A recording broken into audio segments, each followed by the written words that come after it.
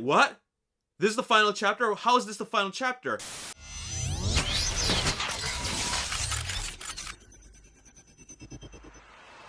What's up, Ragin Nation? How's it going? This is Alex, and you're watching The Road to TF5. This is just Webster's. We're talking about Transformers last night. This is episode number 193, and the first thing I want to do is say thank you to Paramount Pictures for giving me first exclusive access to that dash cam footage video. I'm sure you guys have seen it by now. It's a viral marketing clip where it features a police cruiser chasing Hot Rod on the highway, and then it suddenly transforms, and that was awesome. That was really, really cool. I wish there was more of this type of marketing because I really, really enjoyed that. And it's kind of cool to be able to watch footage which isn't actually in the movie, because as you already know, I'm doing the hashtag no TF5 TV spot challenge. I'm doing my best to stay away from TV spots and trailers because I just don't want to watch any of the footage that's actually in the movie. I want to save it for the movie. But anyways, thank you so much to the digital marketing team at Paramount Pictures for all that. I'm so honored to be able to debut that footage on my YouTube channel. Thank you so much for recognizing my channel and also recognizing the fact that I am really, really devoted to this exciting and awesome Transformers live action movie franchise. Thank you so much. And also thank you to Hasbro for this wonderful box. There's some goodies in here, and I'm gonna open this in another video, okay? And also, I believe this is also from the digital marketing team. So anyways, thank you so much to Hasbro. Thank you so much for Paramount. You guys are awesome, and I really appreciate it. I hope to work with you guys again very, very soon. All right, so in this episode, we're going to talk about a little bit of marketing, and then we're going to talk about the final chapter. Okay, so let's talk about some marketing. And what Michael Bay has done is that he's uploaded a couple of really high-quality HD screen caps of the film, and he put it onto michaelbay.com. And the first image we see here is Izzy sleeping in a car, and then there's a couple of mini Dinobots. And with this HD image, you can see a lot of the finer details in this shot. And I'm just really curious about what are the mini Dinobots all about. I really have no clue where they came from, how they came about, and how they're going to contribute to the larger story, the battle, if even at all. Maybe they're just gonna run around and just bite TRF guys, who knows. Moving on, this is an image we've seen before, but this is obviously a much sharper image, and it's Megatron and Lennox, and they're having a little bit of a chat, if you will. And I'm just wondering, is Megatron swinging, or is he pointing? Is he going like, "You dare to negotiate with me, human"? Is he doing that, or is he going whoom, and then Captain Lennox is not showing any fear? Anyways, this is going to be a really interesting scene. Very curious about what's going to be discussed here. Here's Hot Rod. This is a brand new image of Hot Rod. Never seen this shot before. I believe it could be in one of the TV spots, but he's standing in front of a castle and he's about to blast somebody, or is it just shining light? As you can see, there are 4 lights there, and he's pointing at somebody. The big question is who. And here is Hot Rod once again. Hot Rod is loyal to Sir Edmund Burton, and he's peering into this the room through the window. And I believe Kate Yeager and Vivian Wembley are also in this room. All right, moving on. So you will have noticed that this episode is called The Final Chapter, and a lot of people are really concerned. The reason why people are concerned about the final chapter is because in a lot of TV spots, it says that this is a final chapter. It says that in big words. It says something along the lines of, and I don't even really know the exact words, just because I haven't been watching the TV spots, but it says that on June 21st, witness the final chapter or something like that, right? So people are like, what? This is the final chapter? How is this the final chapter? I thought there would be more films. And you know what? That's a legitimate reason to be concerned, but this is also legitimately the final chapter, and I'll explain why. Actually, there's a number of reasons why this is the final chapter, but let's get right down to it. First of all, what I personally believe, and I think that I'm right about this, is that this is the final chapter of the Autobot Saga. And what I mean by that is that these Autobots, specifically Optimus Prime, Bumblebee, and the rest of the team, in a progressive and chronological saga. All right, from 10 years ago, in when they land onto Earth and meet Sam Witwicky, their journey has gone from there to Revenge of the Fallen, Dark of the Moon, Age of Extinction, to The Last Night. So this is a journey that they've gone through, and now this journey finally comes to an end. But this is also the start of the Transformers Cinematic Universe. This is essentially the first installment in the Transformers Cinematic Universe, and the Transformers Cinematic Universe is a cinematic universe. So what that means is that there's more, but it expands the universe. Transformers The Last Night actually opens the door to much larger things, but it doesn't necessarily mean that it's going to end up being chronological.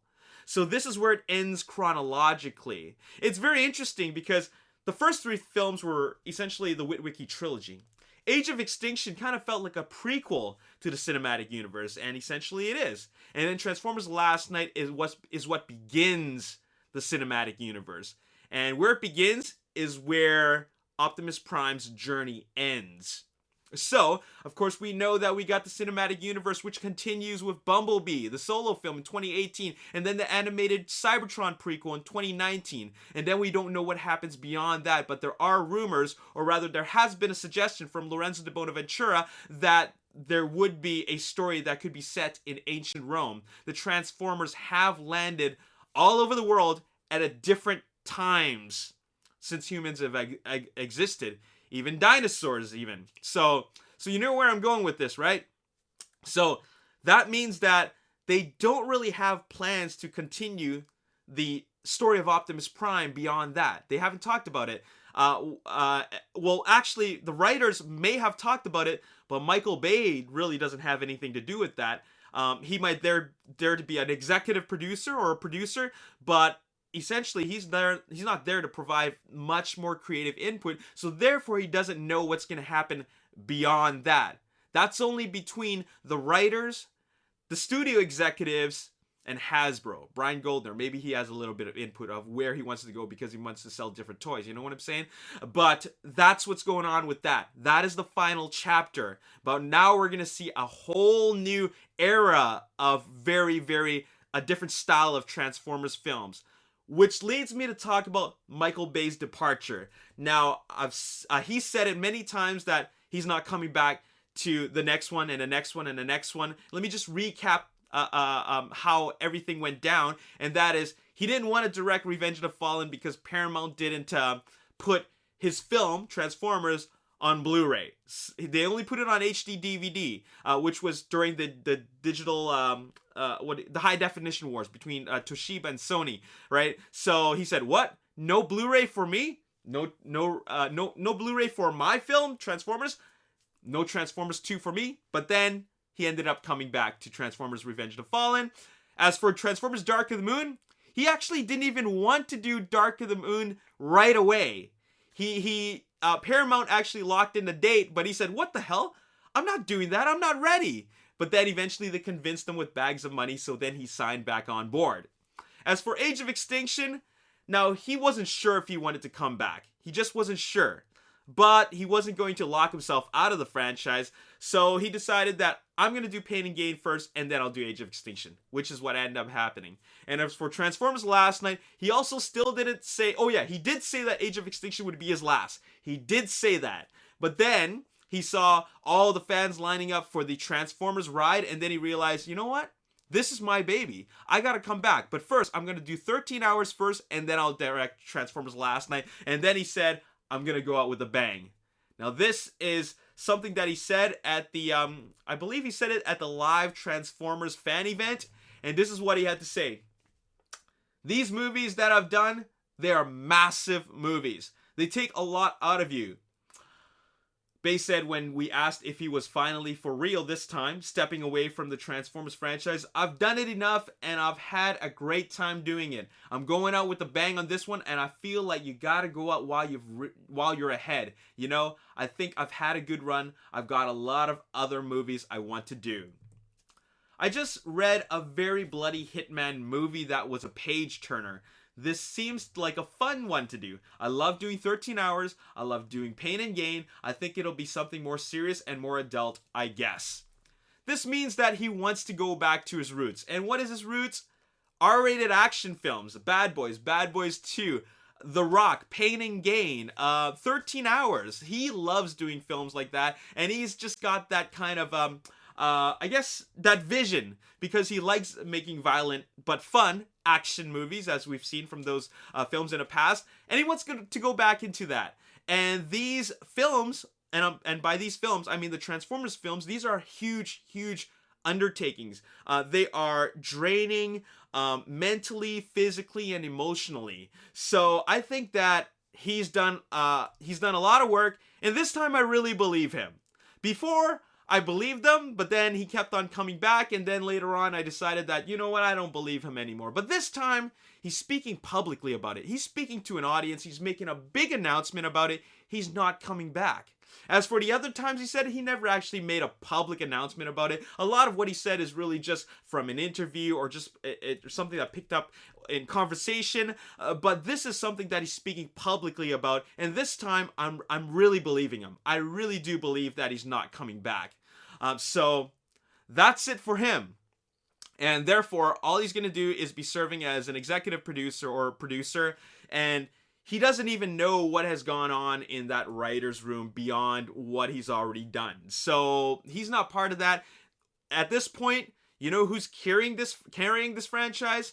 The writers, when they called back in to write the individual films, and Brian Goldner and the studio executives at Paramount. That's what's going to happen. Those are the people who are now responsible for the future of the Transformers Cinematic Universe. Not Michael Bay anymore.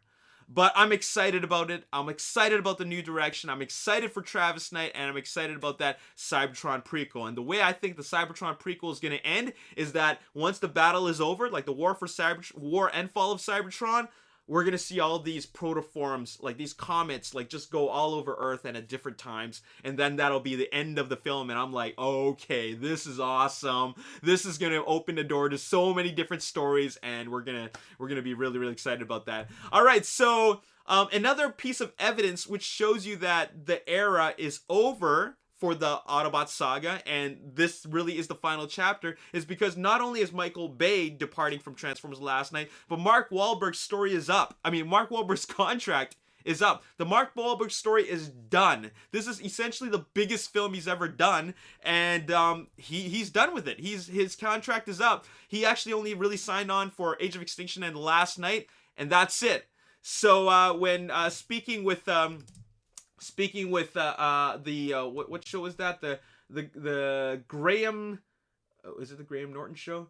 I believe, yeah, the Graham Norton show.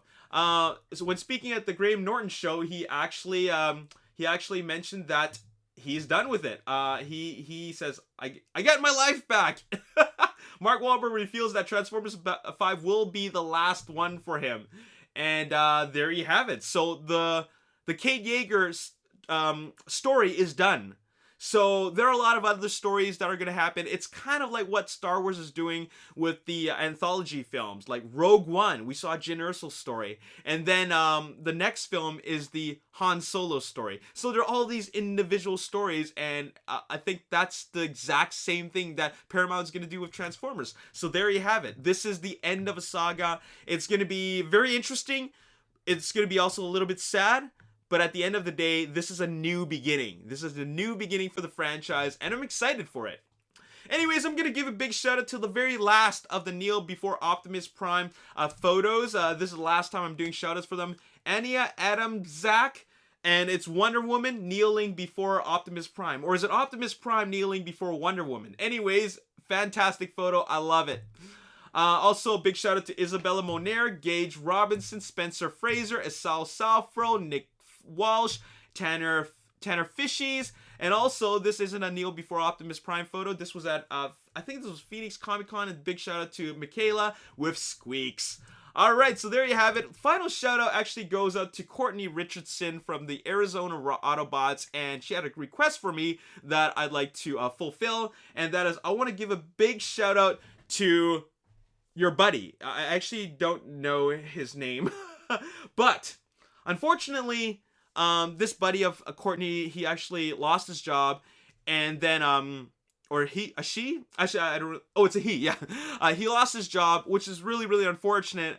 But what he is doing now is that he's making personalized messages using Optimus Prime and Megatron and other voices. He's doing impressions of them, and it's on. And he makes it through Fiverr. He's got a couple of samples through Fiverr, and I'm gonna leave you a link on the description box below. And if you like what you hear, please show some support to fellow Transformers fan. And I think it'll really, really make somebody happy if you do. So please show some support. And there you have it. Anyways, big shout out to Arizona Autobots. You guys are awesome. Love your cosplay and love your work that you've done with all your various characters. You guys are awesome. Show some support to the Arizona Autobots by clicking a link on their Facebook page. Give it a like. Anyways, that's all I got to say in this episode. Make sure you stay tuned for episode number 94. We're going to do box office predictions. That's going to be really, really exciting. That's something that's always fun for me to talk about. So make sure you stay tuned for that. And I got a couple more episodes to go. And then this is a wrap for the road to TF5. We're done with the series, but we got more series left to go. But anyway, stay tuned. We're going to talk more about that. As always, if you enjoyed this episode and you want to see more, hit that like button, subscribe to the YouTube channel, like me on Facebook, The Ragin Nation. Also follow me, Twitter, Ragin Nation. My name is Alex. Thanks for watching. See you next time. Peace. And I was thinking, okay, I'm done. I don't want to see any more because they just showed us a confirmed death of Decepticon. And they do that. They ruined the experience sometimes.